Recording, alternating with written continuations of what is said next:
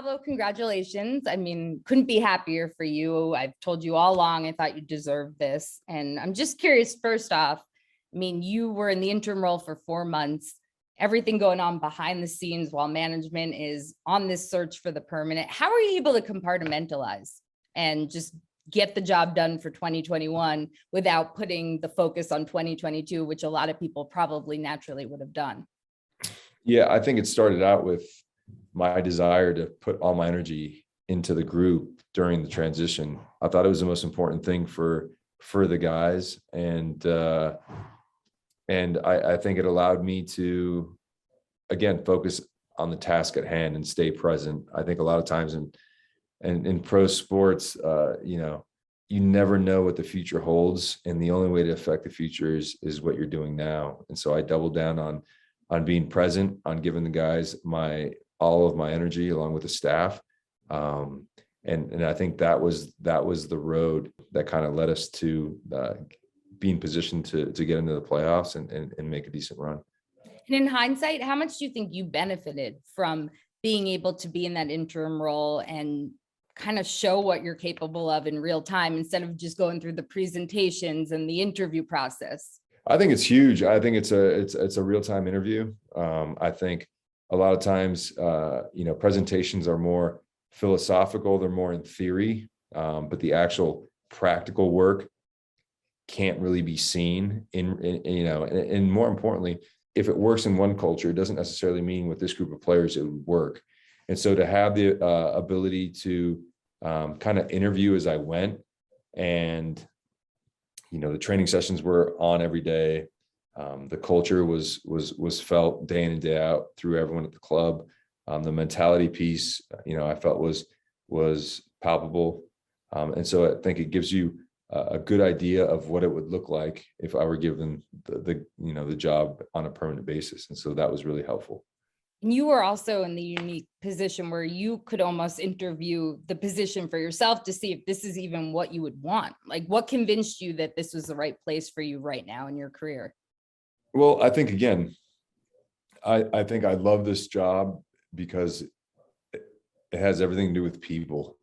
I think, all these other professions where it's about being in a computer, being on a computer, being in a cubicle every day, that stuff doesn't excite me at all. But working with guys that want to become better players, working with a group that wants to become a better team, leading for me is a fantastic responsibility and something that I enjoy getting better at every day. The resources that we had here at the club as far as facilities, the desire for everyone at the club wanting to get back to the heyday of what this club once was.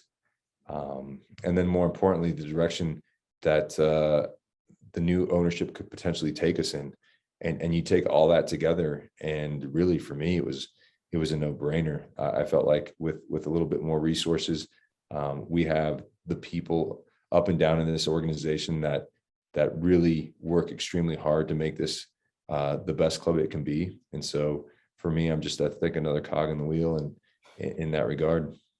And you've talked at length about how you've grown since your time in charge at the Rapids. I'm just curious, in the 4 months that you spent here, what did you learn?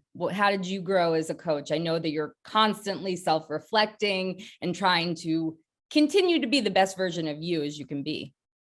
I think, again, I think sometimes, especially in the modern game, coaching has actually been a thing that is spoken about independent of the players. And for me, it doesn't sit right with me. It doesn't sit right with me because players are at this level because they're good enough, because they understand. I think our jobs as coaches is to take their unique talents and within a framework of a team, put them in best positions to succeed. And so I think these last 4 months really cemented that for me, where you have very good players. And so what I want to do is create a culture where I felt like everyone can thrive in, everyone can continue to improve. And at the end of the day, it cemented the fact that this is a player's game, and that if anything, coaches get in the way of the success in a group in a lot of ways. But it was a really talented group. And I felt like the players were able to express themselves in a way that they felt was authentic to them. And in turn, we became a very good team in the end. How excited are you to just pick up where you left off? I mean, we saw what you could do in just 4 months, to be able to do it from day one and continue building with this group. Yeah, it'll be interesting. I think it'll be a little unique in that there's a few things that I wanted to be able to implement, but not having the time was difficult. I think as a whole, just a little bit more dynamic. I felt like at times we labored too much from east to west, and we're content with that. What I'd like to see a little bit more next year is more verticality in our possession. And with that comes the ability to press higher up the field and really move our lines. So dictating the game more with the ball and also without the ball, to be able to play the game in areas where we feel benefits us and allows us to be in position to score more goals. So I think that part will be great. I think bringing the core group back will be critical into maintaining that momentum from 2021, but more importantly, building on the culture piece. So I think tactically, I think we can continue to get a little bit more detailed as to how we want to do it.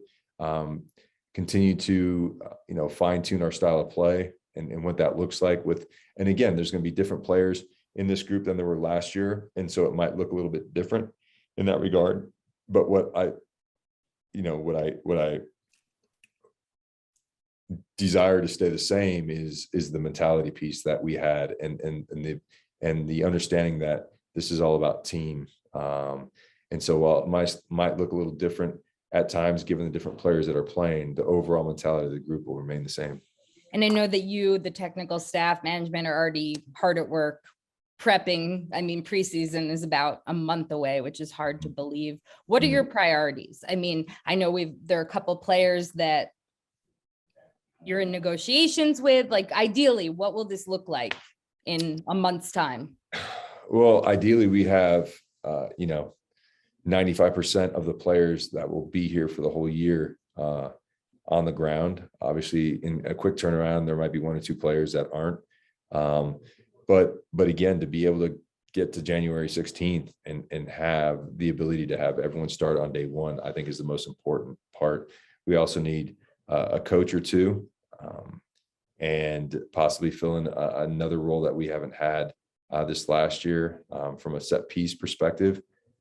So there's different things that we're looking at. Again, there's a lot of moving parts at the moment. And, ideally in the near term, we solidify the coaching staff and the technical staff. And then moving forward beyond that is obviously, in the meantime, is securing the players that, we're in conversation with and looking to bring back for next year.